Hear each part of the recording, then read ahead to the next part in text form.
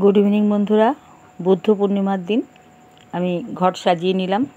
আজকে বৃহস্পতিবার, আর বুদ্ধ পূর্ণিমা আমরা লক্ষ্মীকে সাধারণত পুজো করি ঘরে, লক্ষ্মীনারায়ণ। তারপর পূর্ণিমা, আবার বৃহস্পতিবার আমি ঘট মা লক্ষ্মীর সাজিয়ে নিলাম। এবার মায়ের ঘট আমি স্থাপন করে দিচ্ছি আসনে। বৃহস্পতিবারের মতোই আমি ঘরটা আজকে সাজিয়ে নিয়েছি। দেখো আমার মাকে। আজকে আমার একটু খুব তাড়া আছে, তাই পুজো ধুমধাম করতে পারিনি। তারপরে দেখো রান্না করেছি আলু কাঁচা কলা দিয়ে, ইলিশ মাছ দিয়ে। আমার মেয়ে কোককে দেখো এদিকে বিস্কুট না খেজুর খাওয়াচ্ছে, চেষ্টা চালাচ্ছে খেজুর খাওয়ানোর, কিন্তু ও তো সমস্ত কিছুই খায় না। আমার পুজোর আজকে খুব তাড়াতাড়ি করেছি। দেখো আমার গোপু সোনার সাজ আজকে আমি তাড়াতাড়ি করেছি। কেন? মেয়ে আর আমি একটু পরেই বেরিয়ে যাব, কারণ মেয়ের আগামী দিন ট্রেন আছে খুব ভোরে, তাই আমরা কলকাতা গিয়ে থাকবো। যাই হোক, আমি দেখো গপুকে তাড়াহুড়োর মধ্যেও গপুকে সাজিয়ে দিয়েছি। কীভাবে গপুর সাজ হয়েছে আজকে সেটা তোমাদের সাথে শেয়ার করে নিলাম। এরপরে আমি গপুর স্নানটা শেয়ার করে নেব। আজকে পঞ্চামৃত যেহেতু স্নান হয়েছে, দেখো গপুর পঞ্চামৃত স্নান আজকে হচ্ছে। তারপরে হচ্ছে গপুর মহাদেবের পঞ্চামৃত স্নান হবে। এই যে আমার মহাদেব ঠাকুরকে যখন আমরা পঞ্চামৃত বা অন্য কিছু মাখাবো, তখন যেন কখনোই আমরা বুড়ো আঙুল দিয়ে ঠাকুরকে প্রেস করে বুড়ো আঙুল দিয়ে লাগাবো না ঠাকুরের গায়ে।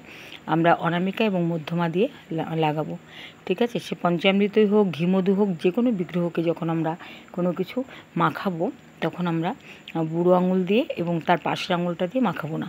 আমরা মাখাবো হচ্ছে, আর মর্দনও করব না পরিষ্কার করার জন্য বুড়ো আঙুল দিয়ে, কখনোই না। আমরা অনামিকা মধ্যমা দিয়ে মাখাবো, ঠিক আছে? তারপরে আমরা জল দিয়ে বিগ্রহকে ধুয়ে নেব। যাই হোক, আমি মহাদেবকে জল দিয়ে ধুয়ে নিচ্ছি। একটু তাড়াহুড়ো রয়েছে আজকে, কারণ আমার রান্না রয়েছে এখনও বাকি। পুজোর পরে রান্না হবে, দুপুরের পরপরই আমরা বেরিয়ে যাব। এই যে বেরিয়ে পড়েছি আমরা, বেরিয়ে ট্রেন ধরে চলে যাচ্ছি কলকাতায়। আমরা খুব ব্যস্ততার মধ্যে আজকে আমি পুজোটা সেরে নিয়েছি এবং সব কাজ সারতে পারিনি, অনেক কাজ ফেলে রেখে চলে যাচ্ছি। মনটা খুবই খারাপ, কিন্তু তবুও খারাপের হলে তো চলবে না। মেয়ে শ্বশুর বাড়ি থেকে এসেছিলো বাপের বাড়ি, মানে বিয়ের আগেই মেয়ে শ্বশুর বাড়ি চলে গেল। কর্মসংস্থানের জন্য দূরে চলে যেতে হলো, কী করা যাবে? চাকরি বাকরি করতে হলে তো যেতেই হবে, কিছু করার নেই। তবুও মন তো মানে না। আমরা কলকাতা পৌঁছে গেলাম, গিয়ে আমরা আত্মীয় বাড়িতে উঠেছি এবং মেয়ে চিকেন পকোড়া এনেছে, সেটা সস দিয়ে খেলাম সবাই মিলে। তারপর মাছের ডিমের বড়া ও পাঁপড়, স্প্রাইট, এগুলো দিয়ে আমরা বিকেলের টিফিন সেরে নিলাম সবাই। ছোটো বোনের বাড়িতে আমরা উঠেছি। এবার ও আলু ফুলকপি, আমার মেয়ে খুব ভালোবাসে, ভীষণ ভালোবাসে, মানে মাছ ফেলে দিয়ে এইগুলো খাবে, মাছ মাংস ফেলে দিয়ে। এই জন্যে ওর জন্যে আলু ফুলকপি রান্না হচ্ছে। তারপরে ছোটো বোন আমাদের সবাইকে চা করে দিল, চা খেলাম। এই যে আজকে আমি আলু ফুলকপিটা পেঁয়াজ রসুন দিয়ে করবো, এই প্রথম। এই যে মাছের ডিমের বড়ার জন্যে ছোটো বোন এটা মেখে রেখেছিল, আমি এবার করে নিচ্ছি সেটা, কারণ রাত তো বাড়ছে, আমরা পরের দিন আবার বেরোবো, তাই চটপট করে করতে হবে। তাই হাতে লাগিয়েছি আমি, যে তাড়াতাড়ি হয়ে যাক।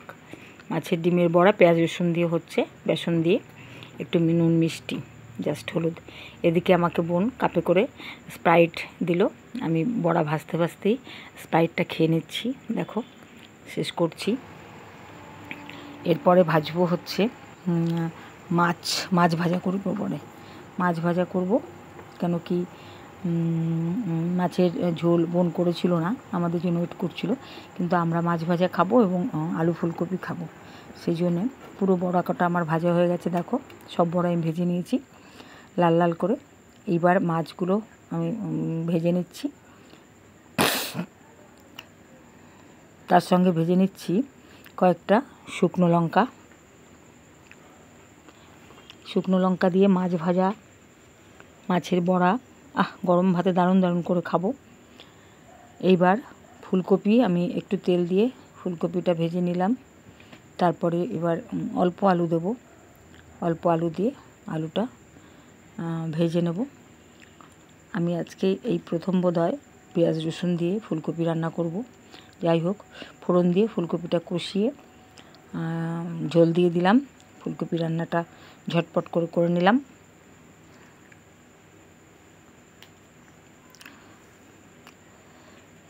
মনটা খারাপ প্রচণ্ড, রান্নাবান্নায় কোনো কাজেই মন লাগছে না, কিন্তু বোঝানো যাবে না, তাহলে মেয়ে হয়তো কাঁদবে। নামিয়ে নিয়েছি তরকারি, কারণ তারপরে মুখ ধুয়ে নিলাম। সকালে আমরা রাতে খেয়ে দিয়ে ঘুমিয়ে পড়লাম, এটা সকালে উঠে মুখটা ধুয়ে ফ্রেশ হয়ে নিচ্ছি, কারণ আমরা বেরিয়ে পড়ব হাওড়ার উদ্দেশ্যে। আমরা একটা উবার ডেকে উঠে পড়লাম, উঠে আমরা চলে এসেছি যথারীতি সকাল সকাল। যেহেতু আমাদের ট্রেনটা অনেক তাড়াতাড়ি, তাই আমরা অনেক সকালে বেরিয়ে পড়েছি। এবং হাওড়া ব্রিজে দেখো আমরা এখন, আমাদের গাড়িটা এখন ওখানে, আমরা পৌঁছে যাব হাওড়াতে। চটপট গিয়ে একটু বসে থাকবো তবুও ভালো, কিন্তু গাড়ির টাইমে অনেক আগেই পৌঁছানো উচিত সেখানে। সেজন্য আমরা খুব তাড়াতাড়ি বেরিয়ে পড়েছি। দেখো কি সুন্দর লাগছে ভোরের সকাল, চারিদিক গঙ্গার ধার। এই যে মেয়ে আর আমি গাড়িতে বসে আছি, খুব সুন্দর মনোরম পরিবেশ। রাস্তাঘাটও ফাঁকা ফাঁকা, বেশি ভিড় নেই, গাড়ি ঘোড়াও বেশি একটা নেই। এবং সবথেকে বড় কথা, কলকাতার দোকানপাট কিচ্ছু খোলেনি, সেই জন্য এত সুন্দর এত মনোরম লাগছে। দুটো একটা স্ট্রিটে চায়ের দোকান খুলেছে, আর হাওড়া প্ল্যাটফর্মের সামনে কিছু খাবারের দোকান, চায়ের দোকান জাস্ট খুলেছে। তাছাড়া কলকাতার বড় বাজারের কোনো দোকানপাট খোলেনি, শিয়ালদার কাছেও অত দোকান খোলেনি। খুব ভালো লাগছে, খুব ভালো লাগছে। দেখো হাওয়ায় আমার চুল মুল সব উল্টো পাল্টা। হাওড়ায় আমরা পৌঁছে গেলাম, গিয়ে আমরা খোঁজ নিলাম কোথাতে, এবং আমরা নিউ প্ল্যাটফর্মের দিকে চলে যাচ্ছি। যাই হোক, তারপরে আমরা ওয়েট করছি, বসবো, চা ফা খাবো, এসবের জন্য আর কি। আমরা এখন বসতে হবে, আমাদের ট্রেনটা আর একটু দেরিতে আছে। এই যে মেয়ে এটা ওটা সব জল টল চাটা সব গিয়ে এনে আমাকে দিল, খেলাম, বসে আছি। তারপর ওর সময় হলে, ট্রেন এখনও দেয়নি, কোন প্ল্যাটফর্মে দেবে। ট্রেন মোটামুটি আমাদের জানা আছে, তবুও এখনও ট্রেন আসেনি, বা ট্রেন বোর্ডও দেয়নি, সেই জন্য আমরা ওয়েট করছি। এই যে আমাদের লাগেজ পাশেই আমি নিয়ে বসে আছি, লাগেজ নিয়ে। আর প্রচুর লোক, দেখতে বেশ ভালোই লাগছে। এইবার ট্রেনটা চলে এলো, প্ল্যাটফর্মে ইন করলো। দেখো কত লোক সব প্ল্যাটফর্ম গিজ করছে। আর যারা জেনারেল কম্পার্টমেন্টে উঠবে তারা সবাই লাইন দিয়ে দাঁড়িয়ে আছে প্ল্যাটফর্মে। আমরা যথারীতি ট্রেনের মধ্যে উঠে পড়েছি। উঠে হচ্ছে আমি দেখছি, ওর সিটটা ভালো করে দেখে নিলাম, পরখ করে ঠিক জায়গায় আছে কিনা। তারপর ট্রেন ছেড়ে দেবে। আমি নেমে গেলাম একটু আগেই ট্রেন ছাড়ার, এবং হেঁটে আমি প্ল্যাটফর্ম থেকে চলে আসছি বাইরে। এসে বাইরে বেরোবো, বাইরে বেরিয়ে আমি ভেবেছি প্রথমে মেট্রো করে শিয়ালদা আসবো, কিন্তু হাওড়া থেকে মেট্রো ডাইরেক্ট নেই, গাড়িটা ছেড়ে দিল। দেখো খুব মনটা ভারাক্রান্ত হয়ে গেল, কিন্তু কিছু করার নেই। মেয়ের সামনে আমি একটুও কাঁদিনি, কারণ তাহলে ও হাওয়াও করে কাঁদবে। ওর খুব মন খারাপ হচ্ছে, আমি বুঝতে পারছি। অন্য দিকে তাকিয়ে রয়েছে, এত দূরে একা যেতে চায় না, মন খারাপ করে। আমার মেয়েটা না একদম বাচ্চাদের মতন। গাড়িটা ছেড়ে দিল, চলে গেল গাড়িটা। আমি বেরিয়ে আসলাম প্ল্যাটফর্ম থেকে বাইরে, শিয়ালদার দিকে যাব। ভেবেছিলাম মেট্রোতে যাব, কিন্তু মেট্রো শিয়ালদা ডাইরেক্ট নেই, এসপ্ল্যানেড হয়ে আবার যেতে হবে। তাই জন্য আমি আর মেট্রোতে যাওয়ার চিন্তাভাবনাটা পাল্টে নিয়ে আমি বাসেই যাব। এই যে রাস্তা দিয়ে হাঁটছি বাস ধরবো বলে। একটু টিফিনও এখানে আমি করেছি, সেটা দেখানো হলো না বন্ধুদের, তোমাদের সাথে, তার মনটা ভালো নেই এখন। এই যে হাওড়া ব্রিজের সেই ঘিঞ্জি জায়গাটা, যেখানে বাস থাকে, প্ল্যাটফর্মের ঠিক একটুখানি আগে যে জায়গাটা থেকে আমরা বাসে উঠে শিয়ালদা আসি, বা সবাই অন্য জায়গায় যায়। আমি স্ট্রিট ফুড খেয়ে নিলাম, ইডলি আর ডাল বড়া। আমি সাউথ ইন্ডিয়ান খাবার খুব পছন্দ করি, তাই সকালের টিফিনটা এখানেই সেরে নিলাম। উঠে পড়লাম বাসের সামনেটায় বসে আছি, আর দুদিকের গঙ্গা আমি ক্যামেরা বন্দি করলাম।